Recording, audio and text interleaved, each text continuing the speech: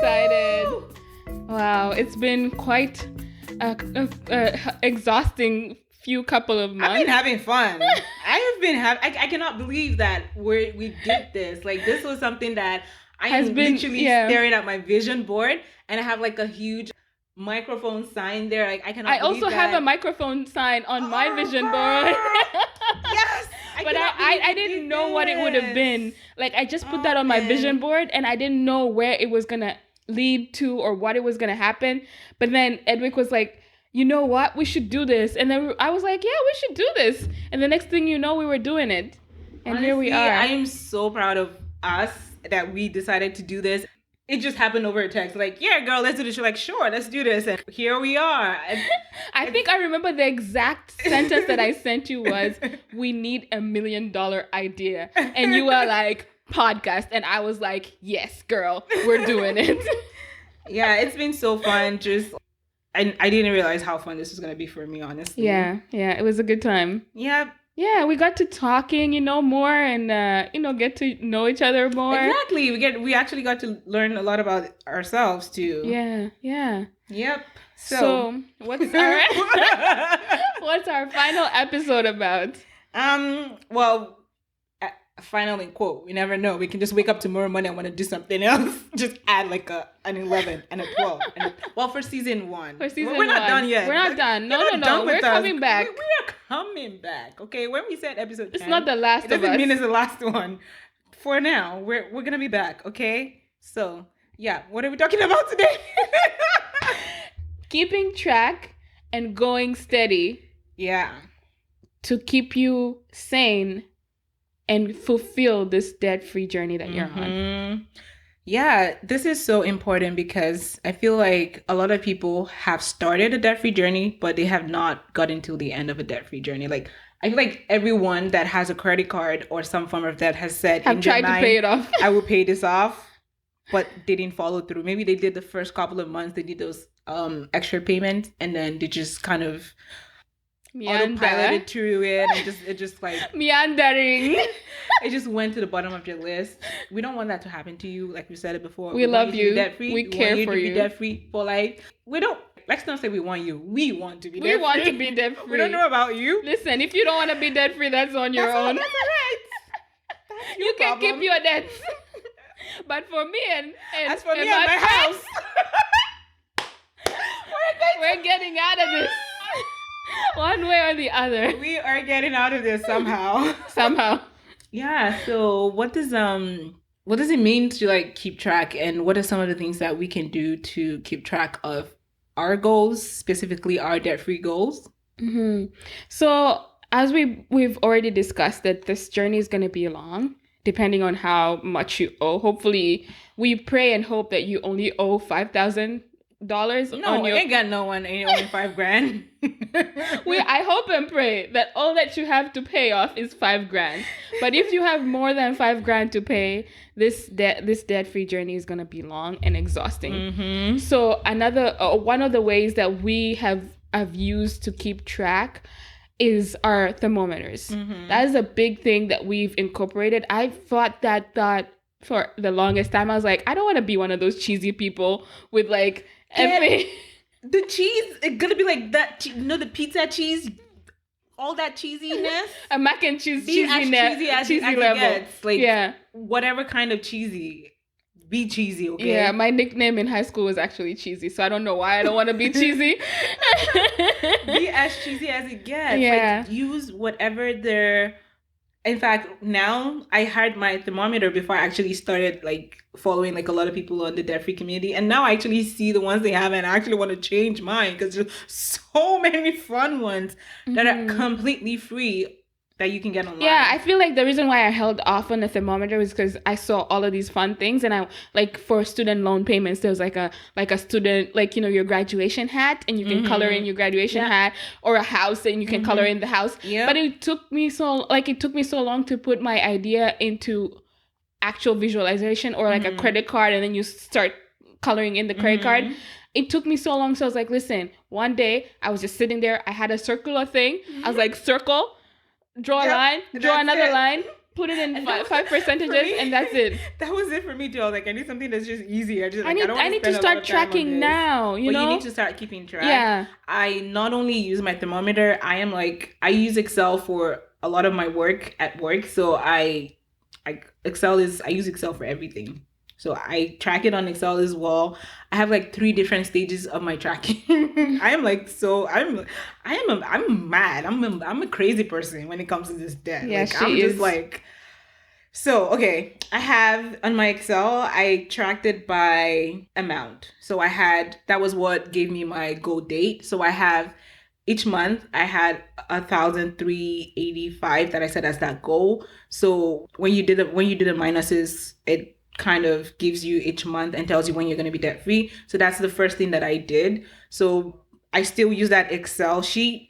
On that Excel sheet, it tells me that I'm going to be debt free December 2021 based on that 1,300. Maybe we should give this to the people somehow. But the good thing where I'm actually loving this tracker right now is because now I actually color it green. Like I use the Excel. I fill each row. Now I'm actually filling 2 rows at a time. So that's 2 months ahead. It's showing me that, okay, right now I am, guess what? 3 months ahead. Yay! Of my debt-free goal. So that's it's awesome. Like me seeing that I don't only have to color in 1 month. I can go 2 months. And it's just giving me that satisfaction. And I can also use that to say, okay, if I want to be 2 months ahead, this is how much I need to pay. So that's what helps me like increase my goals and helps me know what goal I have to set for myself for that month. If I know that I need extra, maybe $300 to get me 2 months ahead, I would rather just get that extra $300 so I can be 2 months ahead.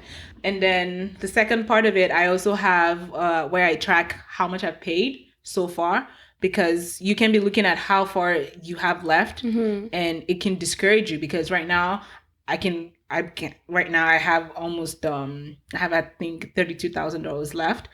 For me, that could be very discouraging coming from 47,000, but at the same time, it means I've paid at least 15 grand. Imagine. So looking at that, okay, I wish you would transfer those payments to mine, because I'd be debt free by now. In the last 6 months, I've paid, oh wait, we're in August, so that's 8 months. The last 8 months, I paid 15 grand. So for me, that's also an encouragement that, okay, at least you're making a lot of progress as well. So, and then I have kind of like a debt snowball thing that I did by month. So I have like each payment each month, and then for like July, I have all my debt payment, what the final balance was at each month. And then in the next month, I would do what the current balance is. So I do a subtraction. And that's why I use Excel, because Excel does all of that stuff for you. So like I set all my formulas the first time and I just put in the numbers and it does all the calculations for me. So I see like my progress at each debt. So when I pay out that debt, I remove that row from that sheet. So, but it still helps me to see how far I've come from, because I still have all those past credit cards I had paid off that I'm also seeing. So that's another thing that I do. And then and then I have the thermometer. The thermometer one, I actually plotted it in my Excel sheet to figure out what the 5% is. So because it's a small sheet, I couldn't do like 1%, because I would have loved to do 1%, because I would color it in a lot more often. Yeah. But because it was so short, I had to do 5% for each line in the thermometer thing. Each reading in the thermometer gives you 5%. So 5% is, for me, that's $2,677. So that's a lot more than I would normally do in a month. So before, it would take me a month and a little bit. So like at the end of each month, I might be like 2.5% or 3%. So I can't really color in the 5% because I haven't gotten to that. But since July, I have been hitting my 5% mark. Yes. Oh my goodness. Bars on bars on bars. Bars on bars on bars. I've been able to color that in every month. Last 2 months actually. So yeah, which brings us to our next point, being able to celebrate each milestone, like having that something to look forward to, that, oh, at the end of this month, I'm going to color in it. Even if like I knew that based on that 1,000 goal that I set for me, that's about 2 point something %. But now, because I want to have something to color in, I pushed myself further to try and get to 5%. So now I have more stuff to do. So like it's something exciting to do. It's something to look forward to. It's something to celebrate. Like I rejoice every time. Like I rejoice in my heart. Like I blow kisses up at God. I'm like, thank you, Jesus. Amen. I did it. So like I find ways to just be grateful for how far I've come. So keeping track really helps you. Yeah. Celebrate your achievements. Yeah, and then looking back too, I think, like when you say 5% and all of these things, like my 5% is $1,000 on my debt payment, and your 5% is way significant, you know. So like just looking back at those numbers at how much you've already paid so far. Gives you some kind of courage. It does. It definitely does. And then just setting some fun things to do in between. So like you say, after I hit 15%, this is what I'm going to do.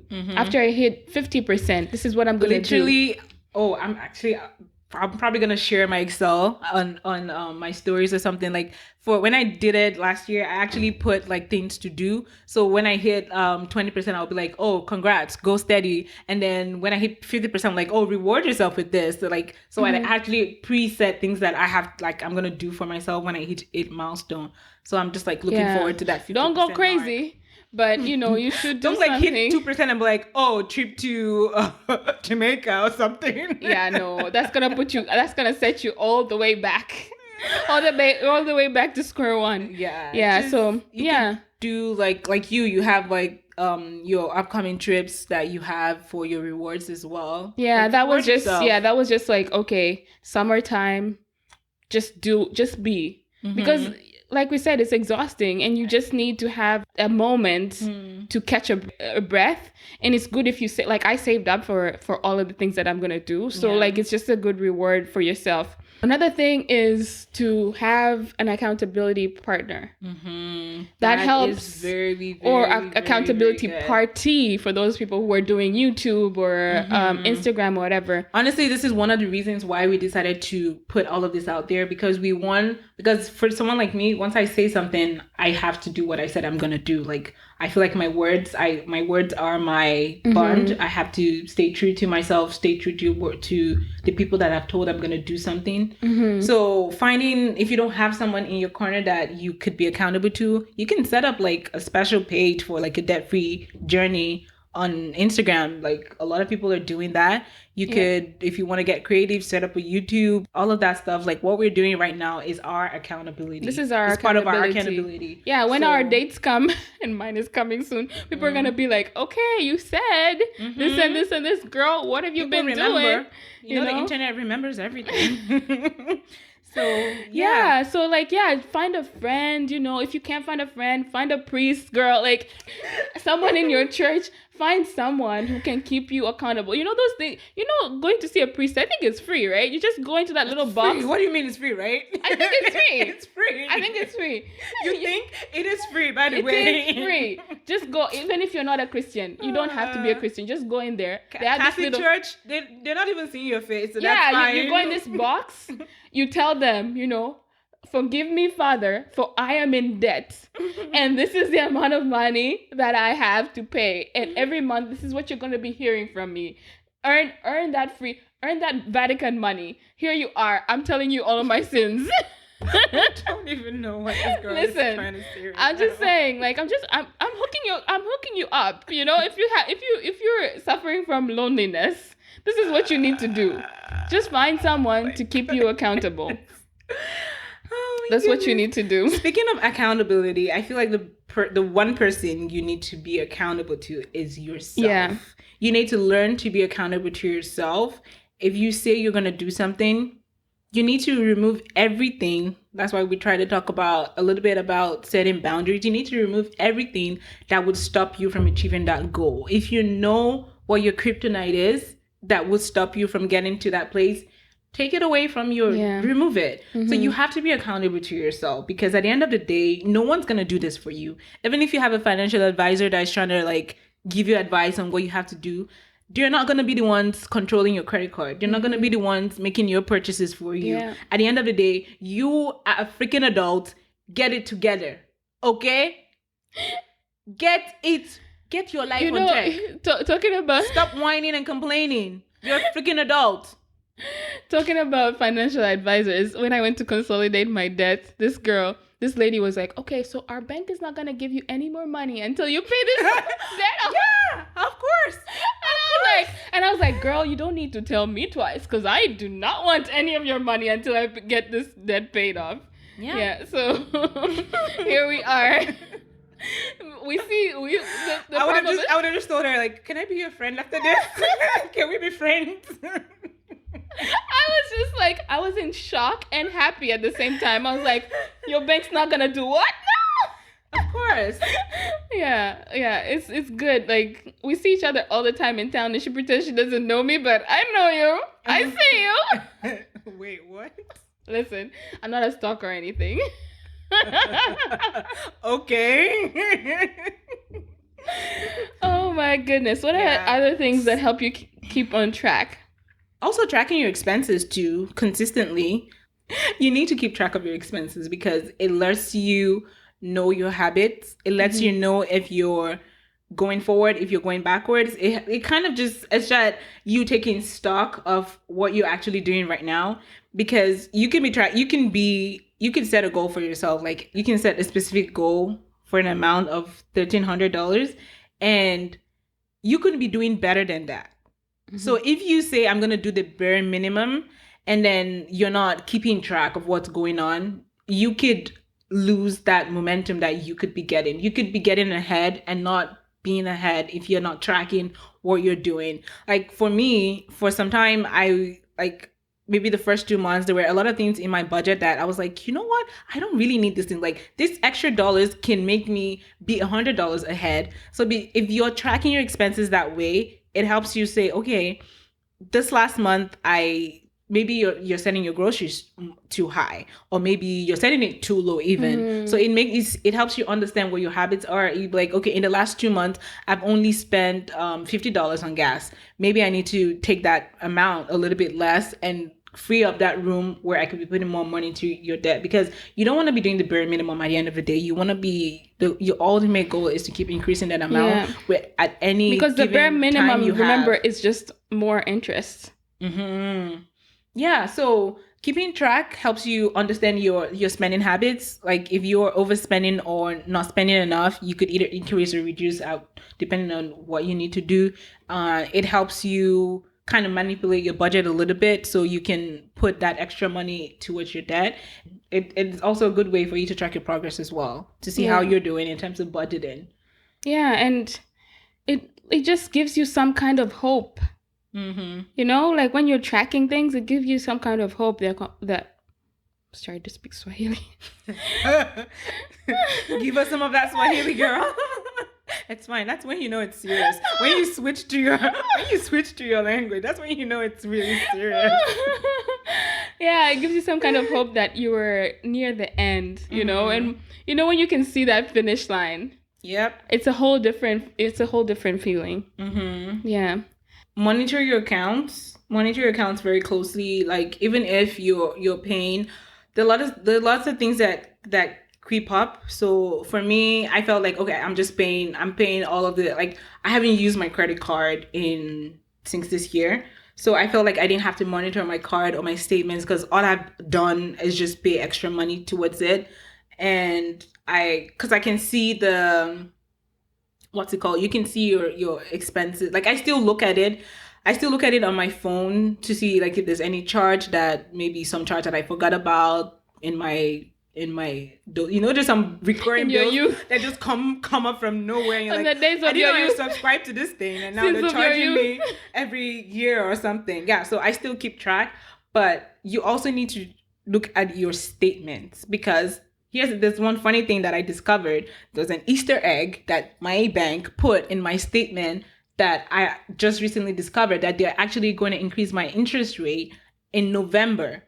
Whoa. These people, sneaky. They're not going to send that to you in the mail. They're not. It's not going to show up in any of your, if you're looking at your online, your daily transactions online, it's not going to show up there. It's going to show up in a small letter font at the end of your statement where you're not looking at.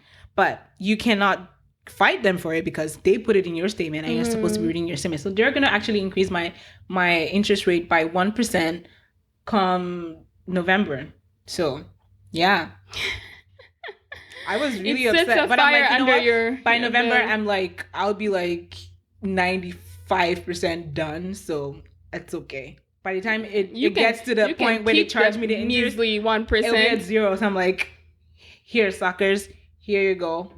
Yeah. So Yeah, it's true. When I closed out my credit card, I thought I was done with it too. And I was just like, living my life. And then one time I kept getting this alert that, oh, you need to pay this amount. You need to pay this amount. I was like, but didn't we already close this? And we've moved on? Like, where is this amount coming from? So apparently I called them and asked them. It was not a lot of money. It was like $55 or $60. That's a lot of money, girl. It's a lot of money. Isn't that your 1 month or 2 months grocery? That's 2 months of my groceries. So At that time, it's not a lot of money now that I look back at it. But like at that time, it was a lot of money. I was like, why do you want $50 from me? And they told me that, in the closing of the accounts, there was an interest amount that was... But I was like, but that's the whole point of the consolidation, though. So you could get rid of all of my sins of my youth and give me a brand new thing and I'm starting over.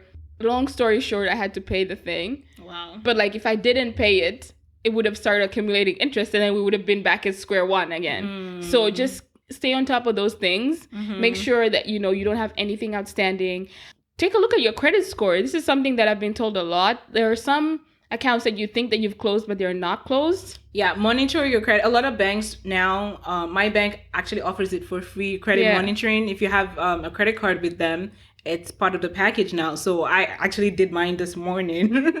So look at your credit report. Like, don't obsess about your credit score. Yeah, going mine up is or like down. really, really low. So But it's not even. Dave will say, like, a good credit score means you love debt. It means you're really good at paying off debt. Oh no, you're really good at collecting debt. That's what a good credit score means. And maintaining debt. Exactly. So don't worry about your credit score, but you need to know if like someone if they're is opening an account on your name, if the accounts you said you close are actually closed, Still because open. sometimes it could still be open. Like these banks be sneaky. Yeah. So make sure everything is in order. And those are the things that hurt your credit even more than, actually having credit. Those ones you don't know about because you don't know about it, right? I've heard of people that some family member like open an account in their name, or some people have like the same first name and last name, and it might not have been fraud on the person that opened the account's name, but it ended up appearing on their sin instead. Wow. So yeah, a lot of people, like I think it was a coworker back in the days that told me that he actually had that happen to him. That I think this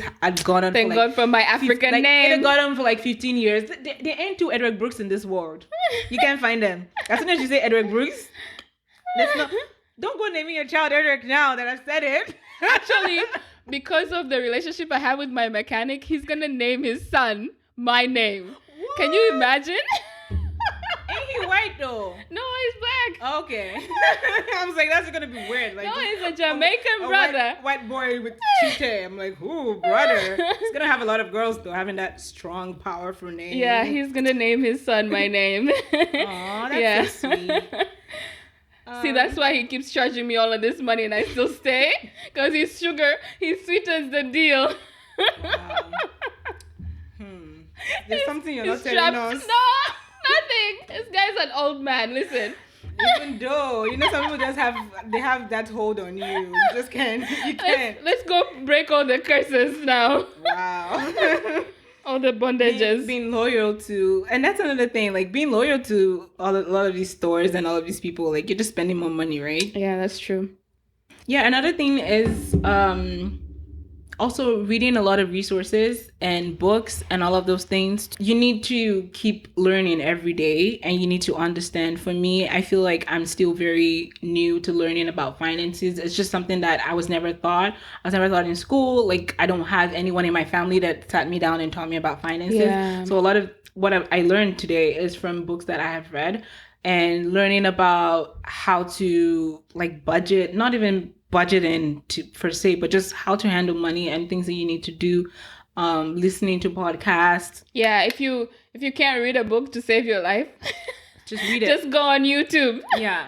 So there's just so many things that even if you think you have everything figured out, there's just something that someone else would say and it will make a lot more sense to your situation, and it's something that you can apply easily. So don't just restrict your knowledge to what you know, even if you know it all. Like there's nothing, you don't know it all. So yeah, keep learning, keep growing. And another thing that in terms of keeping track is you need to make a plan for what you're going to do when you're debt free. Ooh. You need to also start planning and thinking ahead.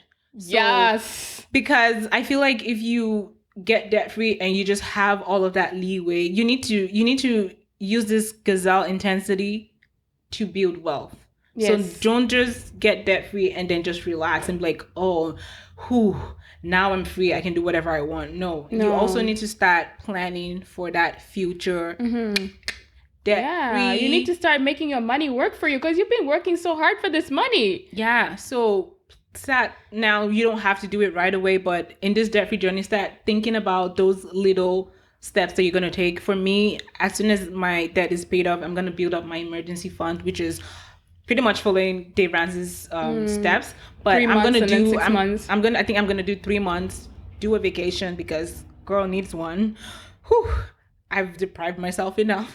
I'm going to do that and then start saving for my house. So, and then along the line, I think because I'm single, a 3-month emergency is okay for me. And then it's something that might change along the line. Like, it depends. So at this stage in life, I think I'm going to do 3 months, and then along the line, I can increase that to 4 to 6 months. And yeah, so have a financial picture for after you're debt free as well. Don't just focus on the now, because you don't want to bring more temptation into your life and just having that money sit and not having a plan for what you're going to do with it.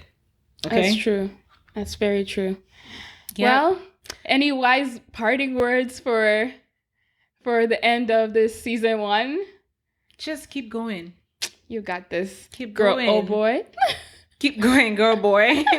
Keep going. Don't stop. Don't stop. Don't stop for any reason. Don't stop. If you believe in. Okay. Don't stop believing. Keep going. Okay. Yeah, so even if you encounter setbacks, whatever it is that you encounter, go through that situation, do whatever you need to do to get you back to being yourself again, and then keep going. Don't let anything stop you. You're gonna hit roadblocks. That's for sure. You're gonna hit setbacks. Like, there's gonna be a lot of things that are gonna happen along the line, but never stop. Even if you end up going back a little bit, maybe you went back into that, don't consider that as a failure. You fail when you stay at that point you are in and continue living in that stage. That's when you actually failed. But don't see setbacks as failure. See those as learning curves. Now you know what to do. You've gone through that situation. And one thing I feel like, the devil, he won't throw like that same thing at you twice. He'll give you like a little bit of space. He'll give you like another like 2 weeks maybe. Like, it's not gonna happen to you like dun dun dun. Oh, man. Now you've gone through that thing. At least you know for the next few little while that thing's not gonna happen again. So you've gone through it, and that's sometimes done. We blame the devil, but it's really truly the self that's setting you back. You gotta get yourself in check. Check yourself and set that self in check. That's why I said know when to hold yourself accountable for your mistakes. Don't go blaming things that didn't cause, like, at the end of the day, you're the one swiping your credit card. You're the one doing the devil didn't come out of hell or wherever he is.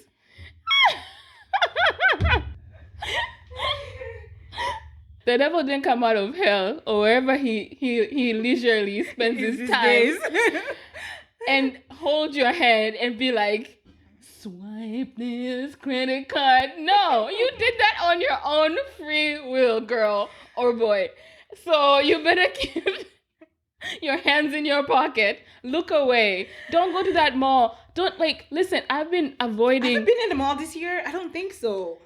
I think I went to just bring someone over there or something. A couple people who were in town wanted me to take them to the mall, and that's the only time I went to the mall this year. Just stay away. Stay away. Like, this past week I don't even want to say this. Oh, come on.